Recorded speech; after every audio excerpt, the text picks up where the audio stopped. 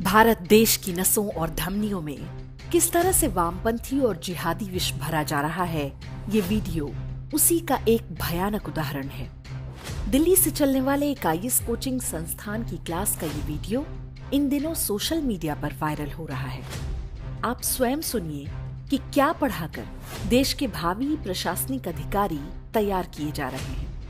Very briefly tell me, have you heard of Bhakti cult? When did it emerge? 12th century नहीं, चल छोड़ो, century नहीं भी याद है, वैसे 7th and 8th century है, बट पर्पस क्या था भक्ति कल्ट का? इक्वालिटी, कोई मुद्दा बताओ इंपॉर्टेंट। एक्चुअली कुछ नहीं हुआ था, इस्लाम आ चुका था। इस्लाम था बहुत liberal, it was talking about equality, कोई कास्ट सिस्टम वगैरह था नहीं। अब समझ नहीं आया यार करें क्या, तो उन्होंने कहा चलो एक काम करते हैं, एक रिफॉर्म मूवमेंट इंट्रोड्यूस करते हैं हिंदू में। और वो हिंदुइज्म में जो रिफॉर्म मूवमेंट इमर्ज हुआ वो था भक्ति कल्ट। इन मोहतरमा का नाम स्मृति शाह है। उन्होंने दिल्ली के सेंट स्टीफेंस कॉलेज से पढ़ाई की है। बता रही हैं कि इस्लाम बहुत उदार और सबको बराबर मानने वाला मजहब है। जब इस्लाम भारत में आया तो लोग अपने आप मुसलमान बनने लगे। हिंदुओं को इससे खतरा दिखा और उन्होंने भक्ति कल्ट की शुरुआत की। हिंदू धर्म में भक्ति आंदोलन का आरंभ इस्लाम के पैदा होने से बहुत पहले हो चुका था। ये ईश्वर के आगे संपूर्ण समर्पण के विचार पर आधारित था। लेकिन आईएएस कोचिंग क्लास में बताया जा रहा है कि ये कोई कल्ट अर्थात अतार्किक विचारों वाला समुदाय था, जबकि एक अरबी कल्ट जो 1400 वर्ष से विश्व भर में आतंक और अत्याचार का पर्याय है, उसे उदार और समतावादी बताया जा रहा है। इसी क्लास में बताया जाता है कि भारत में संयुक्त परिवार इसलिए होते हैं ताकि लोगों की यौन इच्छाओं की पूर्ति की जा सके। हरियाणा और पंजाब में लोग बेटों के लिए पत्नी खरीदते हैं, इसके लिए द्रौपदी का उदाहरण है। 3 तलाक के विरुद्ध कानून बनाना भारत सरकार के फासिज्म का लक्षण है।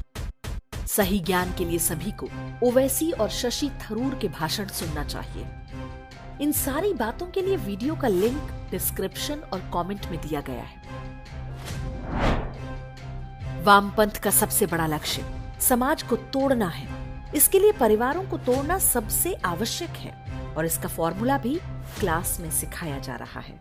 You raise the kid, the child didn't ask you to raise him or her. Out of your own wish you had a family. कि this is a problem with Indian parenting.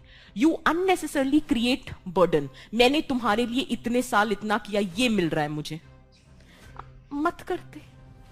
इस कथित अध्यापिका से कोई पूछे कि उसकी क्लास में जो बच्चे आते हैं उनकी फीस कौन चुकाता है। यदि माता पिता ने बच्चों को पैदा करके उन पर कोई एहसान नहीं किया है तो वो उन्हीं बच्चों की पढ़ाई का फीस क्यों चुका रहे हैं। इस क्लास में हर वो मसाला है जिससे हिंदू घृणा और देश को तोड़ने का अभियान चलाया जा रहा है।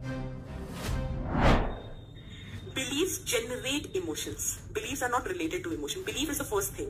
आपके belief के basis पे emotion आते हैं। I believe India is a Hindu राष्ट्र, which generates an emotion of antagonism or hostile towards other religious minorities, and then it might generate the action tendency of being violent or attacking them. Delhi समेत देश के कई शहरों में चलने वाले इस कोचिंग संस्थान का नाम विजन आईएएस है। संस्थान ने एक वक्तव्य जारी करके क्षमा याचना की है, लेकिन इसमें भी अपनी अधकचरी शिक्षिका की मूर्खता का बचाव किया गया है। कोचिंग इंस्टीट्यूट के प्रबंधक जानते हैं कि उन्होंने हिंदुओं का अपमान किया है और हिंदू उनके सेंटरों और शिक्षकों पर हमला नहीं करने जाएंगे। ये स्थिति केवल एक कोचिंग संस्थान या वहां पढ़ा रहे किसी एक अध्यापक तक सीमित नहीं है। देश में उच्च शिक्षा के ढेरों संस्थानों में भारतीयता और हिंदू धर्म से घृणा का यही पाठ पढ़ाया जा रहा है। इस मूर्खतापूर्ण ज्ञान का उद्गम स्रोत एनसीईआरटी है, जिसकी किताबों में भरा वामपंथी जिहादी विष आज तक हटाया नहीं जा सका है। जिन्हें इनको हटाने का उत्तरदायित्व दिया गया था वो स्वयं ही वामपंथी मनोरोग का शिकार बन चुके हैं। इसी का उदाहरण पिछले दिनों देखने को मिला था जब एनसीईआरटी ने जेंडर डाइवर्सिटी के नाम से एक टीचर मैनुअल जारी किया था। इस पर हमारे वीडियो का लिंक आप इस वीडियो के डिस्क्रिप्शन में देख सकते हैं। IAS अधिकारी बनना हो या कोई अन्य सरकारी नौकरी पानी हो, उसके लिए NCERT पुस्तकों में भरे वामपंथी जिहादी विष का पान आवश्यक है।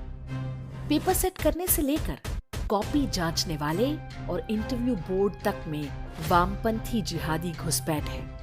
वो ये सुनिश्चित करते हैं कि ऐसा विकृत ज्ञान पाकर आए लोग ही चुने जाएं।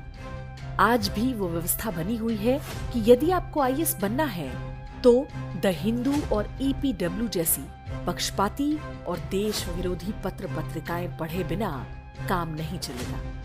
यहाँ तक कि भारत सरकार का प्रकाशन विभाग भी अपने विज्ञापनों में उनका ही प्रचार करता है।